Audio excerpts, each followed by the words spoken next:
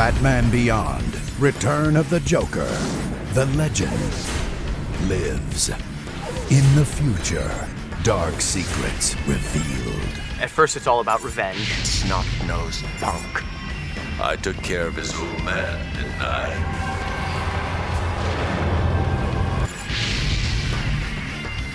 It takes place roughly 50 years in the future. Very 21st century. It's very Gen X. It features an old villain from the original Batman series. Hello, Gotham. Joker's back in town.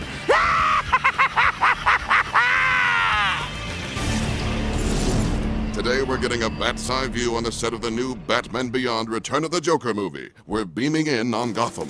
The main thing that gets me psyched up to do it is the fact that I get to say that I'm Batman, which is just the coolest thing in the world. I mean, you know, talk about helping you get dates. It's like, you know, I'm Batman. Meet me at Rhino's. I'll be wearing that dress you like. Whoa. So, Kurt, you are the director of Batman Beyond Return of the Joker. Am I to understand that there are two Batmans now? The main characters would be Terry McGinnis, would be Bruce Wayne, of course, as his mentor, and the old Batman. You get, two Batmen for the price of one. The title, Return of the Joker. How does the Joker come back? This is the big one. This is the one where we answer all the questions. I think the video will answer a lot of questions that the fans want to know what happened between the first Batman series and Batman Beyond. You know, kids, a lot has changed while your old Uncle Joker's been away. New Gotham, new rules, even a new Batman. I'm trying to be vague about it. Kevin, as the voice of Bruce Wayne, you must know the latest Gotham gossip. There is a huge plot point which is revealed. Will, you're the new young Batman. What's going on in Gotham this time? Can you tell us anything at all? You do learn a little bit about what happens to one of the Robins. Showtime! It's definitely gonna answer a bunch of questions. So, can you tell us a little bit about the animation process? People just assume that everything's all done with computers these days, and very little of it is actually, in the shows that we do, is actually done with computers. Whereas we don't have a crew of, say, cameramen or lighting. We do work with artists, and basically it's all put down as a blueprint on the storyboard. The storyboard is the biggest part of where you can do what might be considered the traditional directing. It's an incredibly interesting process, and one that I was completely unfamiliar with before I did this. I'd never done anything like this before. The first stage is the writing of the scripts, which takes a long time. Once a script is done, it comes in, and we are the first people to get our hands on it. I think the first thing that people think is that you actually watch the cartoon and you dub your voice in while you're watching the cartoon, which is what I thought coming in. And it's actually just the opposite. You come in and you dub your voice, and then they send the tape of your voice away, and then they animate around your voice. And we do it like an old radio play. It's funny. I know about all your other major enemies, but you never mention him. He was the biggest, wasn't he? It wasn't a popularity contest. And then it comes back from the animators a good 5 months later, 6 months later.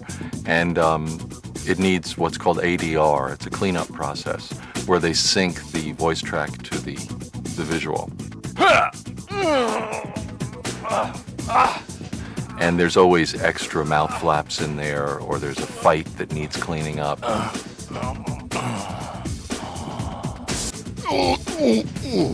How's that? Hey, there's grunts here and screams there. And landing grunts. that we dub, syncing visually. Now I get a kicking ha. See it says right here? Follow your ha with an oof. Ha, oof. Now, get to the plot points. Well, when we first meet Terry, you know that he definitely comes from a troubled past. He's was a kid who was in juvenile hall and all these kind of things, and his father gets killed. So he basically steals the Batsuit and goes out and starts to fight crime. He's not quite the driven, obsessed, almost psychotic Avenger of Evil that Bruce Wayne is, because he's younger, for one thing. Cool. He's a little bit not happy-go-lucky, but he's got a little bit more of a sense of humor than Bruce Wayne does. It's a school night, boys and girls. I'm gonna have to call your folks. Since Bruce is too old to go out and be Batman anymore, Terry's the field agent. He's the one who actually runs out into the field and fights crime. Sometimes I ask myself, is Batman just a suit, or is he the man inside? Well, this suit is more of a was more designed as an aid to Bruce Wayne because he had become older. So it made him stronger, gave him the opportunity to fly. Synaptic controls, neuromuscular amplification, flight capability. You're Batman. I was Batman. The batarangs, which are the cool little things that Batman always throws, come right out of the suit. And the suit actually can connect right to the car, which is a very cool thing. But as you notice, there's no cape. So the cape is gone, which is big, and the ears are about twice as pointy. Ears are too long, and I miss the cape, but not too shabby. Not too shabby at all. There's a two-way communications link through the Batman suit so that Bruce can actually see what Terry sees through his eyes. And so he stays in the Batcave and monitors Terry's activities from inside the Batcave. Any word yet? No activity in the last 24 hours. How does the Joker make his comeback? We tried to figure out a really interesting way of bringing him back into the future world of Batman Beyond, and we came up with, I think, was a pretty interesting gimmick on how to do that. It also has a flashback segment that explains what happened to the Joker in the past. It actually details Batman's final battle with the Joker, which is something I'm sure the fans are really curious about.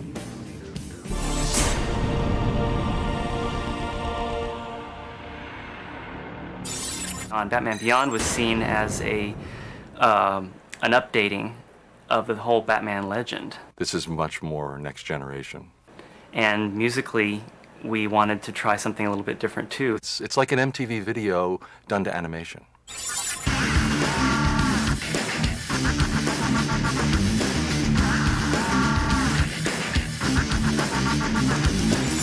We actually found an opportunity to include some current artists with the soundtrack, one being Mephisto Odyssey, featuring a collaboration with Static X. We're all big movie fanatics, and it's definitely a bit of a dream come true. Its tension and release is the key in music and in film, I think. Tell me about the making of the music video. Jeez, look at the sets. Yeah, look at this outfit.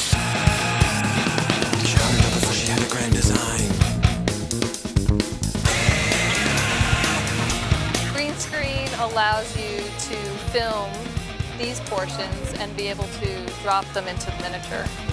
Roll camera, please.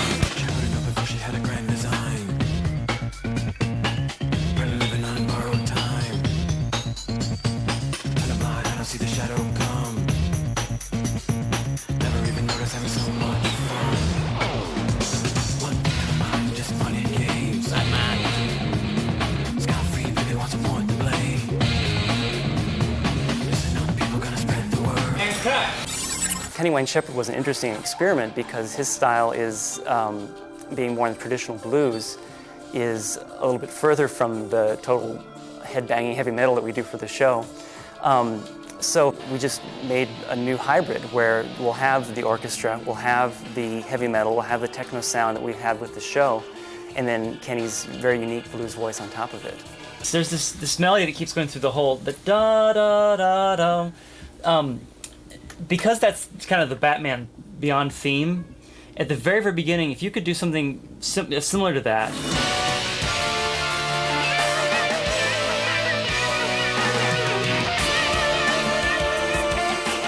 I think the energy level could be a little bit higher so that when it really kicks in at the very end, you can just totally go crazy.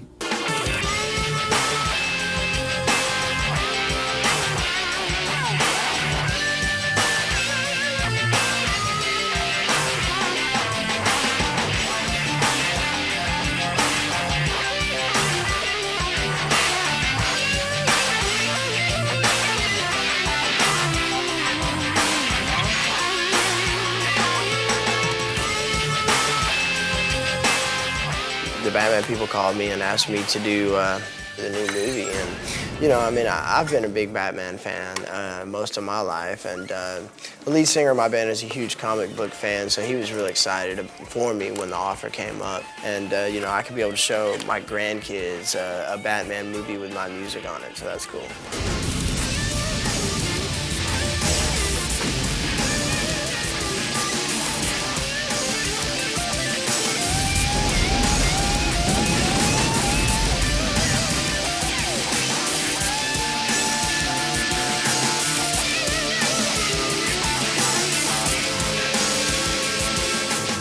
For Batman fans, this doesn't necessarily tie up a bunch of loose ends, but it incorporates so much of the old show and the Batman legend that it's a fantastic movie. I mean, it kind of ties everything together in such an interesting way with the past and the future and old villains meeting new villains and old heroes meeting new heroes. And I remember reading the script and just like jumping up and down. I mean, it's fantastic. I never suspected that this is the way it was going to evolve. I don't think any of us did. It's fascinating. It's a really interesting concept, and I think the fans are going to love it.